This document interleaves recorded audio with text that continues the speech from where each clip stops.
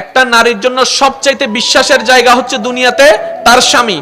একজন নারীর জন্য সবচাইতে দুনিয়ার ভরসার জায়গা হচ্ছে তার স্বামী। একজন নারীর পৃথিবীতে সবচাইতে অন্তরের মধ্যে সবচাইতে ভালোবাসা পৃথিবীর বুকে তার স্বামী। আরেকটু জোরে।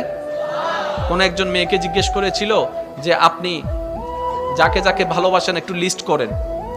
লিস্ট করার পরে ওনাকে বলা হলো যে আপনি এখান থেকে লিস্ট এখানে কাটতে থাকেন, কাকে কাকে আপনি ফেলে দিবেন। এভাবে কাটতে কাটতে কাটতে কাটতে কাটতে কাটতে এক সময় উনি সবার নাম কেটে দিলেন, স্বামীর নাম রেখে দিলেন। তো জগৎ প্রশ্ন করলো, আপনি এটা স্বামীর নাম রাখলেন কেন? সবাই আমাকে ছেড়ে দিতে পারে, আমার স্বামী আমার হাত কখনো ছাড়বে না, এটার নাম হচ্ছে নারী জাতি। সুবহানাল্লাহ।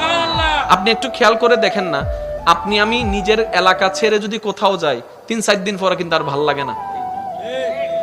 কথা বলেন। নিজের গ্রাম ছেড়ে গেলে অনেকে বিদেশ থেকে আসার পরে দেখবেন গ্রামে নামার পর আগে লম্বা করে নিঃশ্বাস নেয়, এই যেন সে এখন প্রাণ খুঁজে পেয়েছে। গ্রামের সে মাটির গন্ধ তাকে অভিভূত করছে, গ্রামের সে চাচার চেহারা তাকে আনন্দিত করছে। ওই যে অনেকদিন দেখে নাই, তো যে যেখানে জন্ম হয় তার প্রতি একটা ভালোবাসা থাকে।